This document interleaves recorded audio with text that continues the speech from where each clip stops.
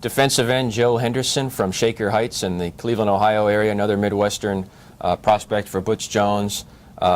Speed, athleticism is what you look at. Probably needs to put on some pounds in college, but you know, he's a guy that looks like an athlete. Yeah, and the type of pass rusher Tennessee's really been needing to add, and with Tennessee losing so many defensive linemen from last year and all 4 starters, certainly not hard to envision him playing some sort of role, especially given the fact that he's an early enrollee. I think that really helps his chances in this case of getting on the field early. Set his school's single-season sack record this past season. Tennessee doesn't have a whole lot of players on its current roster that can boast something like that, so I think that's a good sign for, I think, his potential.